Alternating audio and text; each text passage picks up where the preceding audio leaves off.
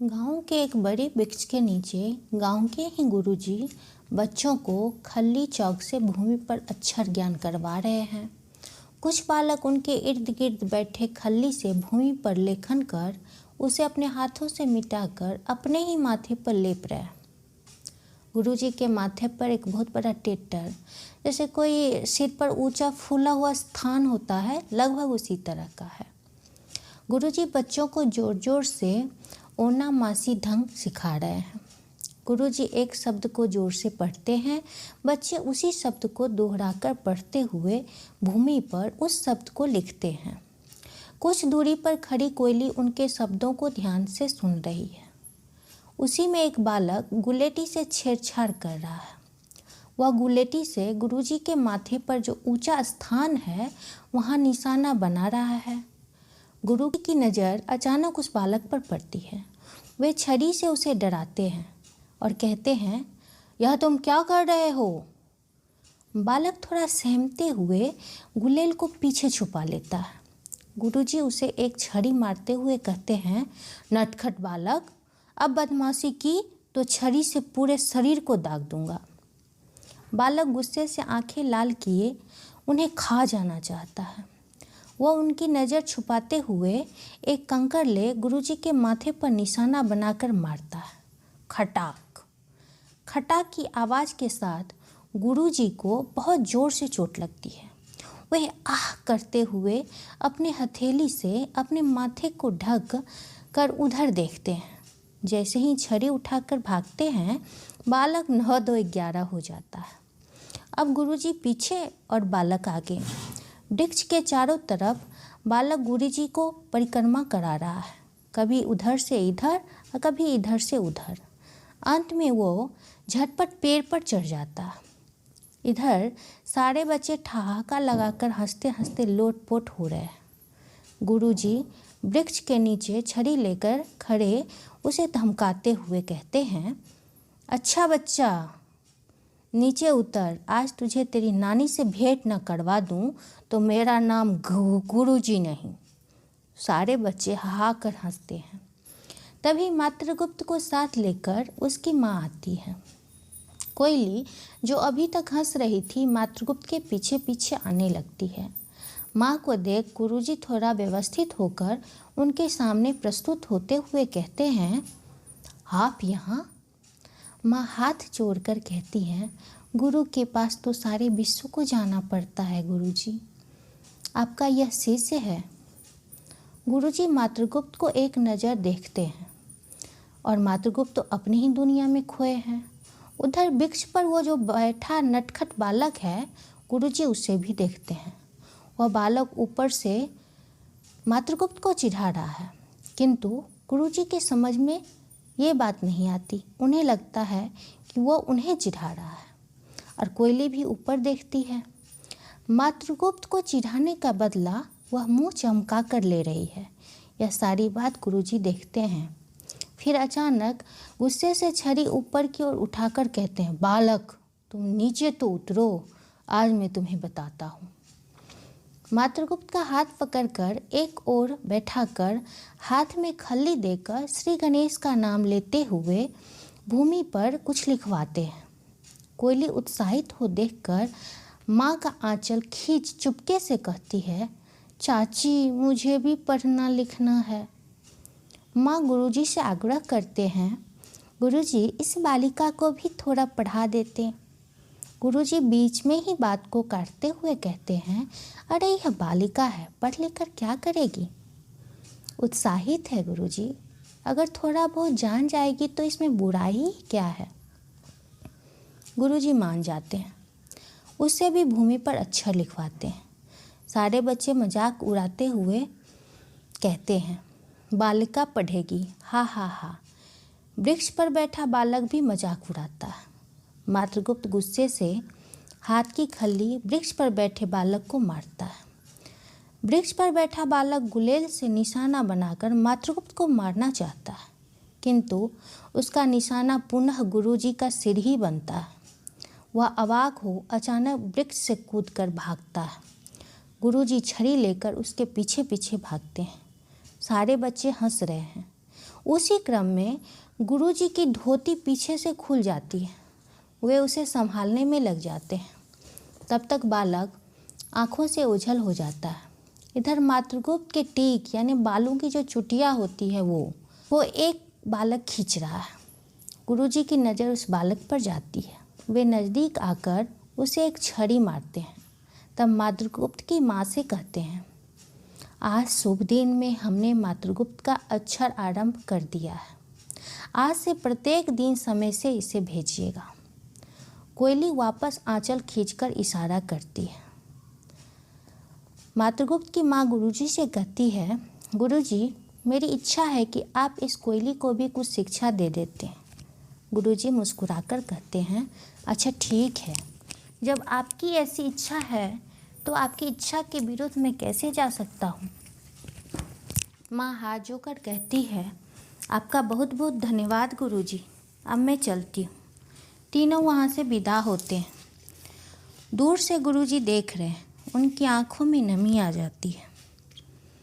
गुरुजी कुछ सोचते हुए मन ही मन कहते हैं, सादानंद बाबू निर्धन होते हुए भी कितने ज्ञानी और विद्वान थे। आज वो होते तो इस बिचारी को दुख नहीं झेलना पड़ता। तब तक बच्चे हल्ला करने लगते हैं, वे अब तुम लोग घर। इतना सुनते ही सारे बच्चे जोर से चिल्लाते हुए कहते हैं, छुट्टी। गुरुजी को अपने दोनों कानों पर हाथ रखना पड़ता है। बालू का एक चौकोर ढेर है जिसके चारों तरफ कुछ बच्चे बैठे खेल रहे हैं। खेल ऐसा है कि एक बच्चा पैर पसार कर उस बालू के ढेर में देता है और इस प्रकार पैर निकालता है कि बालू के ढेर में एक सुरंग जैसी बन जाती है। बगल में खड़ा मातृगुप्त उत्साहित नेत्रों से देख रहा है। वह अन्य बच्चों से कहते हैं, हमको भी खेलने दो। बालकों का नेता उसकी तरफ मुंह चमकाते हुए कहता है, जा जा, तुम मूर्ख है, तुझे हम अपने साथ नहीं खेलने देंगे। मातृगुप्त उदास हो जाते हैं। वह फिर भी खेल देख रहे हैं। बच्चे बालू के ढेर से 3 वेदियां बनाते हुए उसे रहने का घर, सोने का घर, भंडार घर और रसोई घर आदि नाम देकर खेलने लगते हैं। मातृगुप्त भी उसमें शामिल होना चाहते हैं, लेकिन बच्चे उन्हें धक्का देकर हटा देते हैं। वह वहाँ से उदास होकर दूसरे मित्रों के पास जाते हैं। वहाँ कुछ बच्चे 2-2 के समूह में हाथ डाले चारों तरफ घूम रहे हैं। मातृगुप्त की आंखों में खुशी की चमक दिखाई पड़ती है। वे एक समूह के रुकने पर कहते हैं, हमें भी खेलना है, हमारे साथ खेलो। बालक मुंह चमकाकर जवाब देता है, मुझे तुम्हारे साथ नहीं खेलना है। लेकिन क्यों?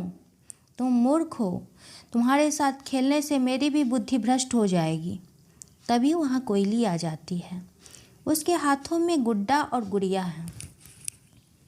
वह उदास खड़े मातृगुप्त के पास आकर कहती है, तुम इतने उदास क्यों हो? मातृगुप्त कहता है, देखो ना, हमारे मित्र हमें मूर्ख कहकर हमारे साथ खेलना नहीं चाहते। कोयली समझाती हुई कहती है, इसमें उदास होने की कोई बात नहीं। आओ हम तुम साथ साथ गुड्डे गुड़िये का खेल खेलेंगे। मातृगुप्त के होठों पर मुस्कान छा जाती है। वह कोयली के साथ थोड़ी दूरी पर बट वृक्ष के नीचे एकांत में जाते हैं, जहाँ दोनों बैठते हैं। बालू की वेदियाँ बनाकर गुड्डे गुड़िये का घर तैयार करते हैं। मातृगुप्त पूछते हैं, कोयली, आज हम कौन सा खेल खेलेंगे? आज हम गुड्डे गुड़िये का ब्याह करवाएंगे। मातृगुप्त भोलेपन से पूछते हैं, ब्याह करवाएंगे? कैसे? कोयली गुड्डा देते हुए कहती है, देखो, तुम लड़के वाले और मैं लड़की वाली। तुम लड़के के साथ बाराती बनकर आना और मैं रस्मों के साथ यहाँ ब्याह करवाऊंगी, समझे? मातृगुप्त गुड्डा हाथ में लेकर अकबकाता हुआ उसकी बातों को सुन रहा था। उसने कोई जवाब नहीं दिया। कोयली उसके हाथों से गुड्डा लेकर कहती है, अच्छा एक काम करो, गुड्डे को यहाँ रख देते हैं और पहले गुड़िया की रस्म शुरू कर देते हैं। इतना कहकर उसने इधर उधर देखा तो बगल में आम और महुए का पेड़ था। उसने गुड़िया को लिया और मातृगुप्त से बोली, आओ हम पहले गुड़िया का आमोह ब्याह करवाते हैं। मातृगुप्त उसके पीछे पीछे गए, जहाँ कोयली ने आम और महुए के पेड़ में गुड़िया के हाथ पकड़कर अभिनय माध्यम से सारी रस्में कराई। मातृगुप्त मुस्कुराते हुए आश्चर्यचकित हो देख रहे हैं। दोनों वापस खेलने वाली जगह पर आए। कोयली उसे 2 कपड़े देकर बोलती है, ब्याह से पहले बर को यहाँ कपड़े पहनने होंगे, इसीलिए तुम उसे यहाँ के कपड़े पहना दो। मातृगुप्त कहे अनुसार गुड्डे को कपड़े पहना कर ले आता है। हंसते हंसते दोनों ने अभिनय माध्यम से क्षेत्रीय प्रथा अनुसार मातृका पूजा, 3 फेरे, लावा छीटना आदि रस्मों को कराकर गुड्डे गुड़ियों को कुछ मीठा खिलाया। फिर दोनों उसे कोहबर घर में सुलाकर खुद भोजन करने लगे। सारा अभिनय समाप्त हो जाने पर दोनों प्रसन्नचित हो वापस घर की तरफ निकल पड़े। मातृगुप्त आंगन में खड़े कोयल की आवाज़ सुन रहे थे। आंगन के एक कोने पर आम का एक छोटा सा वृक्ष है। बसंत के महीने में उस पर कोयल आती है और अपनी मीठी आवाज़ में मातृगुप्त का मन मोह रही है। कोयल कूकू की ध्वनि दे रही है। मातृगुप्त उत्साहित उस पेड़ के नीचे उस कोयल को देखना चाहते हैं। कोयल कूकू करती है। मातृगुप्त भी उसके जवाब में कूकू करते हैं। कुछ देर तक यह खेल चलता है। तभी कोयल फुर्र से उड़ जाती है। मातृगुप्त कोयल के पीछे दौड़ते हैं। जहाँ जहाँ कोयल वहाँ वहाँ मातृगुप्त। अंत में वह दूर उसी जंगल में पहुँच जाते हैं, जहाँ जंगल में अनेक पेड़ पर कोयल है। मातृगुप्त का मन प्रसन्न हो जाता है। वे प्रकृति के इस मनोरम दृश्य में खो जाते हैं। आम के वृक्ष मंजरियों से भरे लदे हुए हैं। थोड़ी थोड़ी देर पर कोयल की मीठी सी आवाज़ कानों में मिश्री घोल रही है। मंजरी से भरा आम का वृक्ष मानो किसी दुल्हन ने 16 श्रृंगार कर लिया हो, ऐसा जान पड़ता है।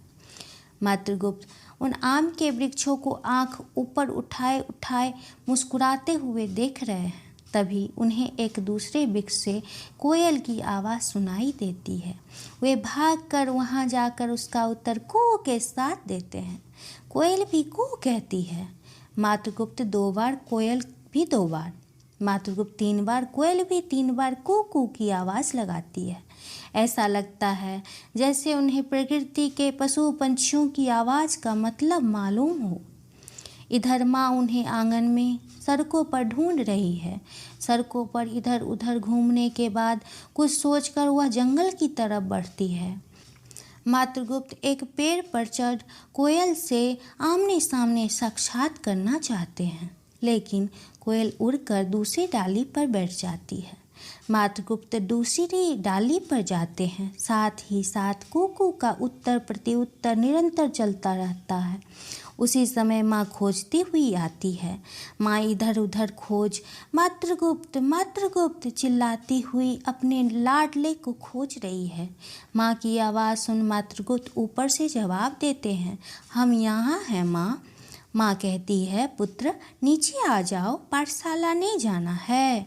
मातृगुप्त जवाब देते हैं, माँ हमें पाठशाला नहीं जाना, हमें वहाँ सभी मूर्ख कहते हैं। किसी के कहने से तुम मूर्ख थोड़े ही हो जाओगे। नीचे आओ, चलो मैं तुम्हें पाठशाला ले चलती हूँ। माँ की बात मानते हुए मातृगुप्त नीचे आ जाते हैं।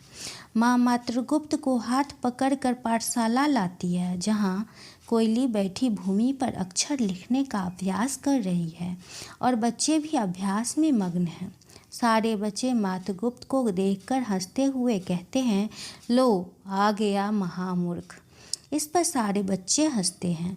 माँ बच्चों की बात को नज़रअंदाज करते हुए उन्हीं के पास मातृगुप्त को बैठाती है। मातृगुप्त खल्ली लेकर लिखने की कोशिश करते हैं, परंतु उनसे एक भी अक्षर नहीं लिखा जा रहा। गुरुजी मातृगुप्त को देखकर निराश मन से कहते हैं, इतने दिनों में तुमने एक अक्षर भी नहीं सीखा, तुम्हारा ध्यान कहाँ रहता है। कोयली उसका हाथ पकड़कर लिखवाने का प्रयास करती है। सारे बालक इन्हीं दोनों को देख रहे हैं। उनमें से एक बालक हंसते हुए कहता है, माँ ठीक कहती है, मातृगुप्त के साथ मत रहना, वह तो मूर्ख है और उसके साथ रहने पर तुम्हारी मति भी मूर्खों जैसी हो जाएगी। तभी सभी पुनः ठहाका लगाकर हंसते हैं। माँ की आंखों में आंसू भर जाते हैं, वे अपने अतीत में खो जाती हैं। आंगन में 2 लकड़ियों की सहायता से कपड़े का झूला बना है, जिस पर नन्हे विद्यानंद झूला झूल रहे हैं। उनके पिता शारदानंद उन्हें निहार कर पुचकारते हुए कहते हैं, क्यों रे, हमारा सुंदर पुत्र हमारे साथ घूमने जाएगा ना? आहा, इसकी आँखें कितनी सुंदर है, ऐसा लगता है मानो विश्व की सारी सुंदरता समेट लेना चाहती है। तभी उनकी पत्नी भोजन की थाली रखते हुए पति से कहती है, भोजन कर लीजिए, सुंदरता बाद में देखिएगा, आपका मन इससे तो कभी भरता ही नहीं। शारदानंद कहते हैं, तुमने मुझे अनमोल रत्न जो दिया है, सच कहूँ तो हमारे प्राण इस बच्चे में समाये हैं। तभी बाहर से आवाज़ आती है, अलख निरंजन, अलख निरंजन। दोनों बाहर की तरफ देखते हैं। शारदानंद बाहर आकर उन्हें सादरपूर्वक अंदर ले जाकर आसन पर बैठने का आग्रह करते हुए कहते हैं, बैठिए महाराज, हम आपकी क्या सेवा कर सकते हैं? बाबा कहते हैं, बच्चा, हमें ऐसा लगता है कि तुम गरीब अवश्य हो किंतु विद्वान हो, यह तुम्हारा पुत्र है। शारदानंद हाथ जोड़ते हुए कहते हैं, जी महाराज, यह मेरा ही पुत्र है। बाबा हंसने लगते हैं, ऊपर आसमान की तरफ देखते हैं, फिर बच्चे को देख मुस्कुराते हैं। पति पत्नी उत्सुक नज़रों से उन्हें देख रहे हैं। बच्चा, तेरा पुत्र तो अत्यंत भाग्यशाली है। हमें ऐसा दिखाई दे रहा है कि तेरा पुत्र अत्यंत विद्वान होगा और राजभोगी भी होगा। शारदानंद की पत्नी कहती है, क्या बाबा, आप सच कह रहे हैं? बाबा थोड़ा क्रोधित होते हुए कहते हैं, अज्ञानी, क्या तुम्हें शंका है? हमारे वचन कभी संदेह के घेरे में नहीं आते। हम जो कह रहे हैं सत्य कह रहे हैं। तेरा यह पुत्र राजभोग ही नहीं करेगा बल्कि बहुत बड़ा विद्वान भी बनेगा, जिसके सामने पूरा विश्व नतमस्तक होगा। क्या नाम रखा है इसका? शारदानंद विनम्रता से कहते हैं, बाबा, इसका नाम विद्यानंद है। ठीक है, चल अब हम चलते हैं। शारदानंद एवं उनकी पत्नी बाबा के सामने हाथ जोड़कर खड़े हो जाते हैं। आंखों में नमी है। बाबा, आपने हमारे पुत्र के विषय में इतनी बड़ी भविष्यवाणी की है, क्या ऐसे अवसर पर आप हमारे यहाँ से भूखे लौट जाएंगे? पत्नी भी निवेदन करती है, बाबा, आप तो जानते हैं कि हम गरीब हैं, किंतु जो भी रूखा सूखा है उसे ग्रहण कर हमें कृतार्थ करें। बाबा आसन पर बैठ जाते हैं और कहते हैं, तुम दोनों की श्रद्धा एवं स्नेह से हमारा मन भर गया। भी तुम हमारी सेवा करना चाहते हो तो हमें 1 लोटा जल पिलाओ। पत्नी दौड़कर 1 लोटा जल लेकर प्रस्तुत होती है। बाबा उसके हाथों से जल पीकर प्रसन्न होते हैं। अचानक उनके माथे पर चिंता की रेखाएं आ जाती है।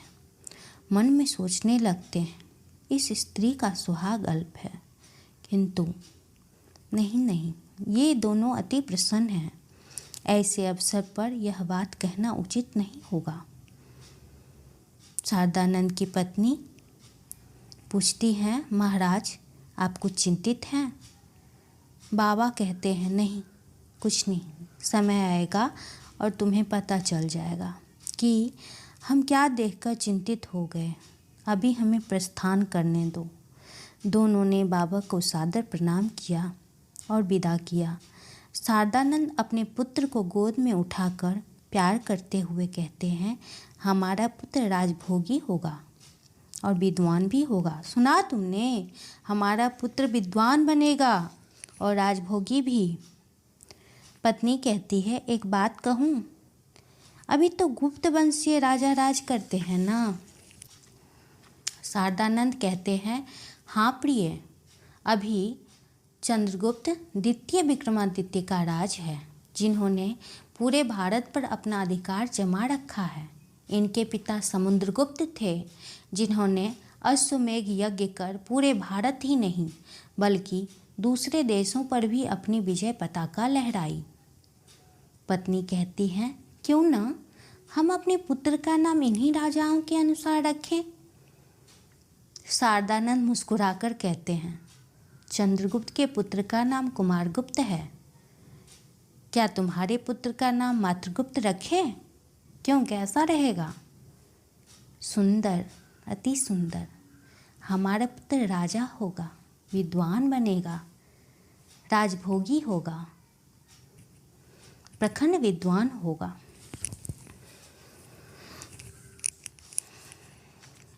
स्वप्न टूटता है। माँ अतीत से बाहर निकलती है। आंखों में आंसू देख गुरुजी सांत्वना दे कहते हैं, आप चिंता ना करें, अभी यह अबोध है, समय परिवर्तनशील है, समय के साथ साथ इसे भी बुद्धि आ जाएगी। माँ कहती है, किंतु गुरुजी सारे बालक सीख रहे हैं, मेरा बालक मंदबुद्धि। गुरुजी समझाते हुए कहते हैं, कुछ बालक अल्प बुद्धि या मंद बुद्धि के होते हैं, कुछ बड़ा होने पर इसे गुरुकुल भेज दीजिएगा, वहाँ 24 घंटे अनुशासन एवं सहपाठी के संग में रह निश्चित ही कुछ सीख लेगा। माँ मन में सोचने लगती है, बाबा मुझे देख चिंतित थे, इसका कारण तो समझ में आया कि मैं कुछ दिनों बाद सुहाग से वंचित हो गई, किंतु उनके द्वारा जो मातृगुप्त के विषय में भविष्यवाणी हुई उसका क्या? हे भोलेनाथ, दया कीजिए, मेरे पुत्र को सुबुद्धि दीजिए, अब तो आप ही का सहारा है। कोयली धान का लावा अपने दोनों मुट्ठियों में भरकर भागती हाँफती हुई मातृगुप्त के पास आती है। मातृगुप्त बालू से वेदियां बना रहे हैं। कोयली पास आकर कहती है, क्या कर रहे हो? वेदियां बना रहा हूँ, हम दोनों गुड्डे गुड़िये का खेल खेलेंगे। कोयली मातृगुप्त को धान का लावा देकर कहती है, पहले लावा खाओ, उसके बाद खेलेंगे। दोनों मज़े से लावा खाने लगते हैं।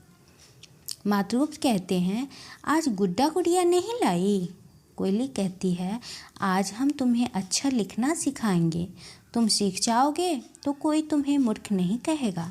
हम नहीं सीखेंगे, तुमको सीखना पड़ेगा। कोयली लावा खत्म कर बालू से अक्षर बनाती है। मातृगुप्त भी उसके जैसा बनाना चाहते हैं, मगर बना नहीं पाते हैं। कोयली देखकर कहती है, यह तुमने क्या बनाया? मातृगुप्त कहते हैं, हमने कहा था ना, हमसे नहीं होगा, चलो हम कुछ और बनाते हैं। दोनों बालुओं से कुछ आकृति बनाने लगते हैं। कोयली अक्षरों की आकृति बनाती है और मातृगुप्त महादेव बनाते हैं। फिर दोनों एक दूसरे को दिखाते हैं। कोयली आश्चर्य से कहती है, अरे तुमने तो बहुत सुंदर भोलेनाथ बनाया। मातृगुप्त मुस्कुराते हुए कहते हैं, माँ रोज इनकी पूजा करती है मंदिर में, कहती है भोले बाबा सबसे अच्छे भगवान हैं। कोयली कहती है, तुम्हारी माँ ठीक कहती है, क्या तुम्हें पता है कि भोले बाबा कहाँ रहते हैं? मातृगुप्त मासूमियत से कहते हैं, नहीं। कोयली बताती है, भोले बाबा हिमालय के कैलाश पर्वत पर रहते हैं, ऐसा बाबूजी कहते हैं, आओ हम हिमालय बनाएं। कोयली बालुओं के ढेर को पर्वताकार बनाने में जुट जाती है। मातृगुप्त उसे गौर से देखता है। कुछ समय बाद हिमालय का ढांचा तैयार हो जाता है। कोयली कहती है, देखो यह हिमालय है, यहीं पर भोले बाबा अपनी पार्वती या उमा के साथ रहते हैं। मातृगुप्त उत्साह से कहते हैं, तो हम भोले बाबा को यहाँ लाकर रख दें। वह दौड़कर भोले बाबा को उठाने का प्रयास करते हैं, किंतु बालुओं से बनी आकृति टूट जाती है। कोयली खिलखिलाकर हंस पड़ती है। मातृगुप्त उदासी से उसे देखने लगते। कोयली कहती है, अच्छा इधर आओ, हम इस हिमालय पर ही भोले बाबा और उमा की मूर्ति मिट्टी से बनाकर रखेंगे। दोनों मिलकर मिट्टी से मूर्ति बनाकर उस पर्वत पर रखते हैं। मातृगुप्त कहते हैं, तुमने भोले बाबा ऐसा क्यों बनाया? कोयली समझाती हुई कहती है, देखो भोले बाबा के हाथों में त्रिशूल, गले में सांप, मस्तक पर चंदा ही रहता है।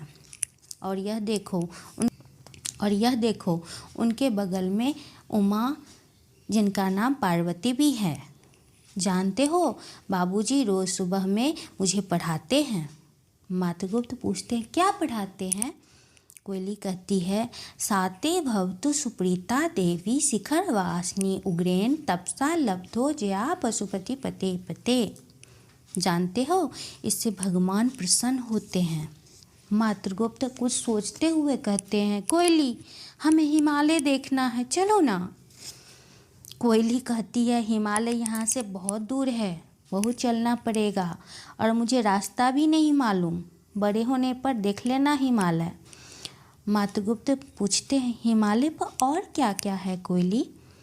कोयली कहती है, मुझे नहीं पता, बापूजी से पूछ के बताऊंगी। फिर कोयली आगे आगे साते भवतु पढ़ती है और पीछे पीछे हाथ जोड़कर मातृगुप्त भी पढ़ते हैं।